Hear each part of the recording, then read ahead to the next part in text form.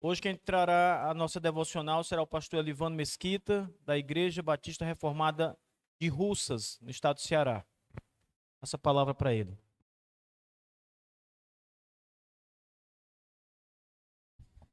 Bom dia, meus irmãos. Que a graça e a paz do Senhor seja conosco. Irmãos, vamos abrir as nossas Bíblias em Tito, no capítulo de número 3. Carta de Paulo a Tito, no capítulo de número 3. Farei a leitura, nós vamos refletir um pouquinho sobre a intensidade na obra do Senhor. A intensidade da obra do Senhor. Paulo diz a Tito, Tito 3,12: Quando te enviar Ártemas ou Tíquico, apressa-te a vir até Nicópolis ao meu encontro. Estou resolvido a passar inverno ali. Encaminha com diligência Zenas, o intérprete da lei, e Apolo, a fim de que não lhes falte coisa alguma. Agora, quanto aos nossos, que aprendam também a distinguir-se nas boas obras a favor dos necessitados, para não se tornarem infrutíferos.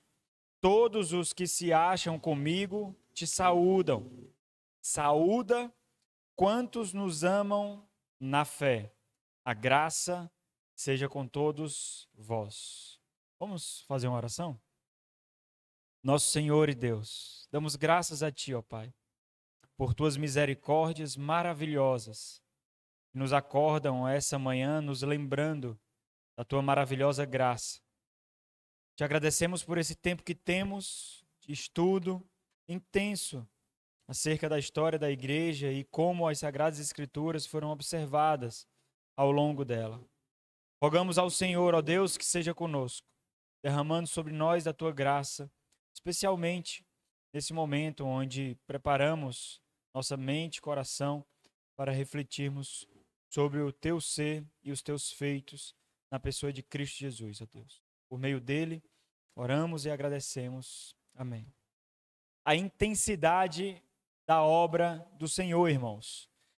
O relacionamento de Tito com aquelas igrejas e até com o apóstolo Paulo mostra essa intensidade. Talvez os relatos que nós vemos aqui aconteceram depois dos relatos que vemos em Atos dos Apóstolos. De alguma maneira, Tito e Paulo visitam a ilha de Creta e ali encontram algumas igrejas que estavam desordenadas. E observando isso, observando características que estavam faltando ali para que aquelas igrejas fossem de fato ordenadas segundo aquilo Deus comissionou. Então Paulo observa algumas questões, deixa Tito ali em missão e Tito é encarregado de ordenar aquilo que estava restante. E é muito emblemático porque logo no primeiro capítulo, algo que era condizente com aquela ordenação era justamente a necessidade de estabelecer ali presbíteros, para que aqueles presbíteros pudessem pôr em ordem aquilo que faltava, considerando que Tito daqui a pouco deixaria aquela missão. E isso mostra a intensidade da obra ali que Tito iria realizar. Paulo deixa Tito, Tito cumpre a sua missão ou inicia cumprindo essa missão, ordenando, resolvendo alguns problemas ali, problemas muito particulares, por exemplo, aqueles que diziam professar uma fé, mas não viviam aquela fé que professava. Então, aquele conhecimento que eles tinham acerca do Senhor não se tornava visível, não se materializava em boas obras. Então, uma das grandes exortações de Tito ali é justamente colocar em prática aquilo que era professado. Mas a missão de Tito ali também era muito breve. Tão logo ele recebesse essa carta, Tito deveria passar essa missão. Paulo não sabe quem ele irá enviar, se vai enviar Ártemas ou se vai enviar Tíquico, ele ainda está resolvendo, mas o ponto é que alguém irá substituir Tito ali naquela missão. Essa intensidade da obra em que, recebendo essa carta, Tito não esperaria descanso, mas outra missão, e nós observamos isso lá na segunda carta a Timóteo, que Paulo escreve. Tito então se encontrou com Paulo e logo em seguida foi enviado para Dalmácia. Então mostra essa intensidade. E essa intensidade exige muitas coisas. Uma das coisas que exige a nosso respeito é vigor, a vigorosidade na obra do Senhor. O fato de que nós temos que esperar o desgaste, o sacrifício, o intenso serviço para o Senhor. Paulo deixa Tito em Creta, Tito é intenso ali, não tem obreiros para cooperar com ele, não tem presbíteros para cooperar com ele. Paulo não fundou aquelas igrejas, Tito não fundou aquelas igrejas. Muito provavelmente, aqueles que saíram ali da dispersão depois de Atos, capítulo 2, ouviram do evangelho e ali talvez iniciaram pequenas comunidades, mas essas comunidades não estavam completamente ordeiras, segundo o evangelho do nosso Senhor Jesus Cristo. Tito tem que colocar em ordem, e uma dessas questões, então, é consagrar presbíteros que tenham essa mesma intensidade. Por isso, a nossa reflexão é mais no versículo 12, quando te enviar Ártemas ou Tíquico, apressa-te a vir até Nicópolis ao meu encontro. Paulo está resolvido, então, muito provavelmente, esse encontro aconteceu ali na região da Itália.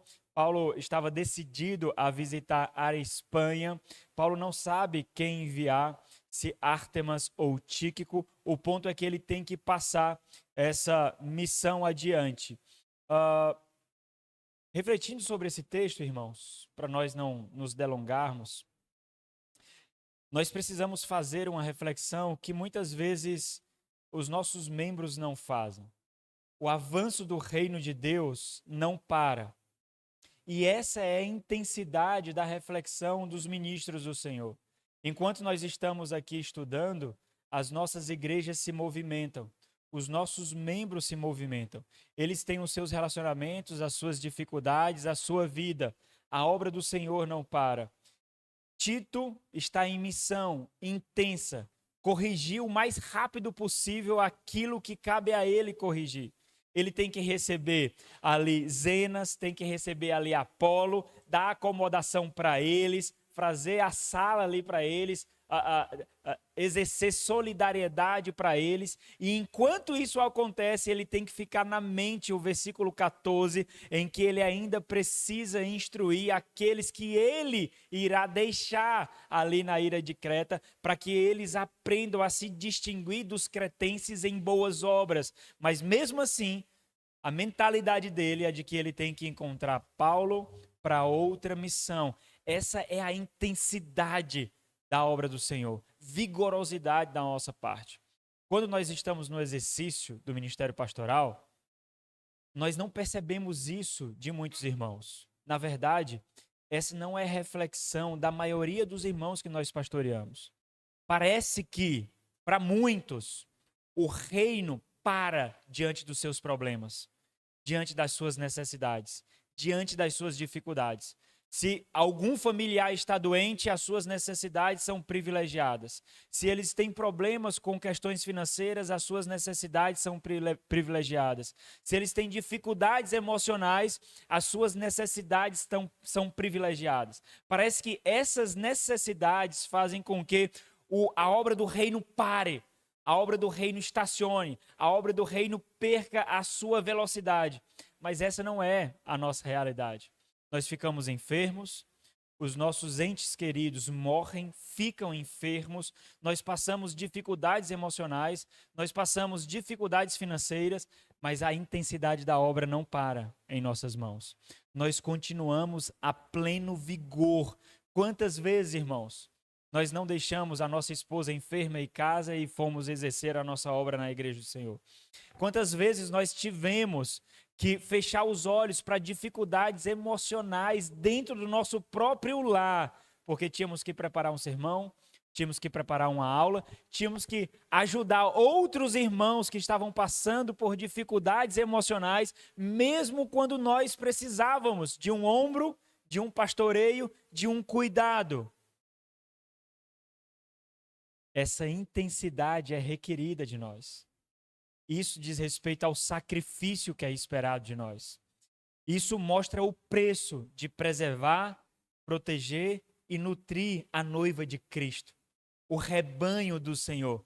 Nós precisaremos exercer o ministério no modus operandi comum dos ministros. Muitos não saberão o suor que derramamos, o sangue que derramamos, as lágrimas que nós derramamos, mas o ponto principal disso tudo é de que nós fazemos isso como oferta de libação ao Senhor. O nosso vigor, a nossa intensidade mostra não a nossa omissão no nosso lar, mas a vigorosidade de exercer o sacrifício pelo Senhor. Hoje, infelizmente, irmãos, nós temos muitas esposas de ministros que não entendem isso. Nós temos muitos filhos de ministros que não entendem isso. Talvez negligência nossa nesse sentido, porque talvez nós não ensinamos como deveríamos ensinar. Porque para os obreiros do Senhor, na maioria das vezes, e nós observamos isso quando vemos as obras dos reformadores, irmãos, quando vemos as obras dos puritanos, em que as suas famílias eram privadas por causa do exercício do ofício que eles receberam. Mas elas tinham uma plena percepção do que aquilo significaria. Não significava a ausência dos seus maridos e dos seus pais no lar, mas a presença deles diante do Senhor, cumprindo o comissionamento. E é isso que muitas mulheres não entendem hoje, é isso que muitos filhos não entendem hoje. Nós não estamos ausentes do nosso lar. Nós estamos a serviço do Rei na obra do Senhor.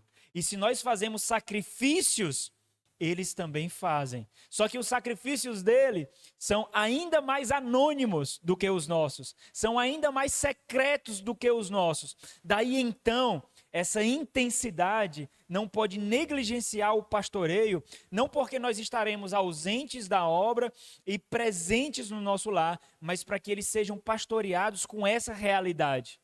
A minha ausência no lar significa a minha presença diante de Deus na obra do Senhor. Vocês pagarão preço por terem esposo pastor, pais pastor. Vocês também pagarão o preço. Essa intensidade não nos torna onipresentes, irmãos. Eles sofrerão as consequências dessa intensidade e dessa vigorosidade que é requerido da nossa parte.